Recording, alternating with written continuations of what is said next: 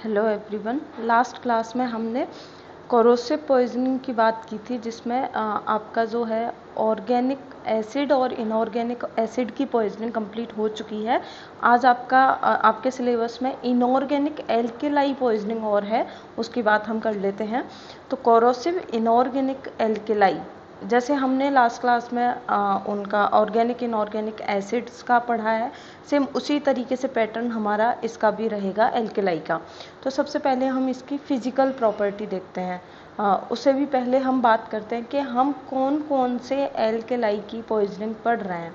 हम पढ़ेंगे NaOH की, सोडियम हाइड्रोक्साइड की, पोटेशियम हाइड्रोक्साइड और अमोनियम हाइड्रोक्साइड। NaOH, KOH और NH4OH की हम डिटेल में बात करने वाले हैं। तो सबसे पहले हम इन तीनों की फिजिकल प्रॉपर्टीज़ देखते हैं, ठीक है। वन बाई वन आप इस तरीके से डिफ़र कर लीजिएगा। तो सबसे पहले मैं बात करती हूँ कलर कैसा होगा। तो सोडियम हाइड्रोक्साइड या NaOH का कलर कैसा होता है, दिखने में ये वाइट होता है। पोटेशियम हाइड्रोक्साइड भी दिखने में कैसा होगा, वाइट होता है। और NH4OH जो होता है वो कलरलेस होता है। फिर हम इनकी ऑर्डर की बात करें तो NaOH और KOH दोनों ही कैसे होते हैं, ऑर्डरलेस होते हैं, यानी कि इनमें से किसी भी तरह की कोई भी स्मेल नहीं आती है या कोई भी ऑर्डर नहीं आती है। लेकिन NH4OH है, क्योंकि अमोनिया देखिए आप, अमोनिया में से तो वैसे भी जो है अमोनिया की स्मेल कैसी होती है, पंजेंट ही होती है। इसके अंदर अमोनिया है, इसलिए इसमें से पंजेंट स्मेल आएगी। टेस्ट क्या होगा इनका, टेस्ट जो है NaOH का पेनफुल बर्निंग, यानी कि अगर इनटेक किया तो पेन होगा और पूरा जो ओरल कैविटी है उसके अंदर बर्निंग होगी। सेम इसमें ही पेनफुल बर्निंग।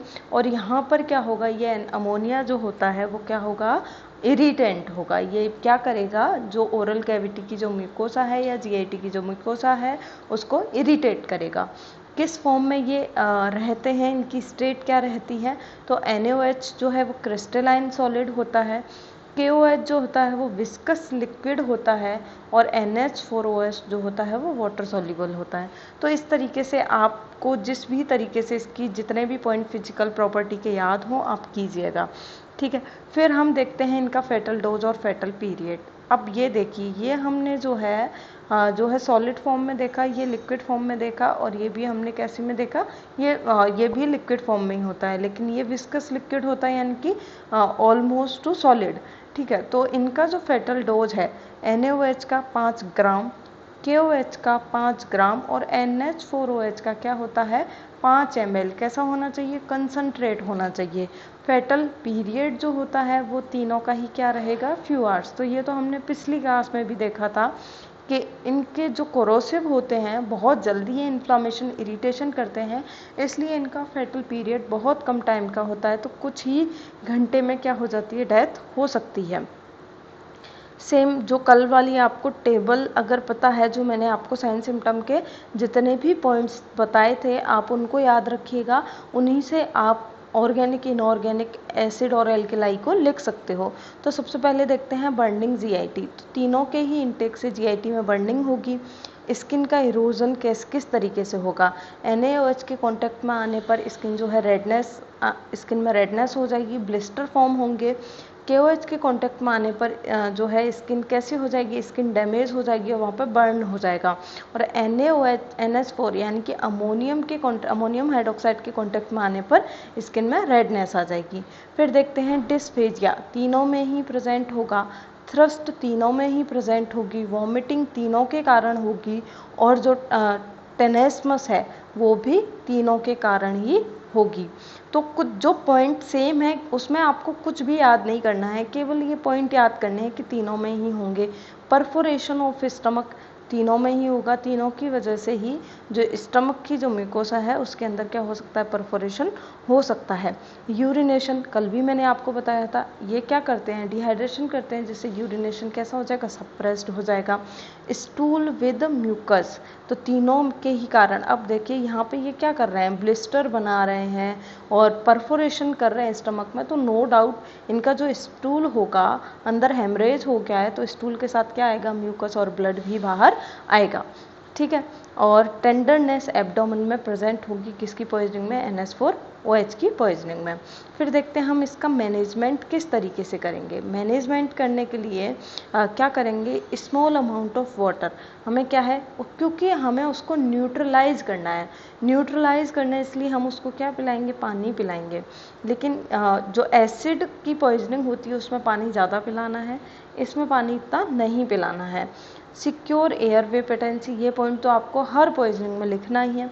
और क्या देंगे, डिहाइड्रेशन को कंट्रोल करने के लिए IV फ्लूइड्स देंगे और S2 ब्लॉकर्स देंगे। ठीक है, ये तो काम हमारे इंडिकेशन का है, लेकिन हमें क्या नहीं करना है, तो गैस्ट्रिक लवाज नहीं देनी है। पहले भी मैं आपको बता चुकी हूँ कि कोरोसिव की पॉइजनिंग में गैस्ट्रिक लवाज या इमेसिस जो होता है वो नहीं देना है, कॉन्ट्रा इंडिकेटेड है। न्यूट्रलाइजेशन भी हमें यहाँ पे नहीं करना है इसका, क्योंकि एसिड को न्यूट्रल करके आप 7 pH तक ला सकते हो, इस बढ़ी हुई pH को आप न्यूट्रल जो है एसिड देके नहीं करोगे। एक्टिवेटेड चारकोल का भी यूज़ यहाँ पे नहीं करना है। तो जो कॉन्ट्रा इंडिकेशन है इसके वो आप लोगों को याद रखने हैं। फिर हम देखते हैं इसका पोस्टमार्टम अपीयरेंस। पोस्टमार्टम अपीयरेंस किस तरीके का दिखाई देगा, अगर हम दोनों तरीके की बात करेंगे, एक्सटर्नल अपीयरेंस और इंटरनल अपीयरेंस। एक्सटर्नल अपीयरेंस देखते हैं NaOH की वजह से जो बॉडी की स्किन है या जो बॉडी है या डेड बॉडी है उसका एक्सटर्नल अपीयरेंस कैसा होगा, रेडनेस दिखाई देगी। KOH में बॉडी किस तरीके की हो जाएगी, स्किन एकदम बर्न हो जाएगी, और अमोनियम वाले में भी क्या हो जाएगी, रेडनेस हो जाएगी। इंटरनली हम देखते हैं तो सबसे पहले हम बात करेंगे स्टमक की। यहाँ पर क्या होगा, स्टमक के अंदर रेडनेस आ जाएगी क्योंकि वहाँ पे इरिटेशन, इन्फ्लामेशन हुआ है और स्टमक के अंदर क्या बनेंगे, ब्लिस्टर फॉर्म होंगे। यहाँ पर क्या होगा, बर्न होगा, अल्सरेशन होगा। ठीक है, स्टमक के अंदर क्या होगा, बर्न्स होंगे, बर्न हो जाएगा और अल्सरेशन होगा।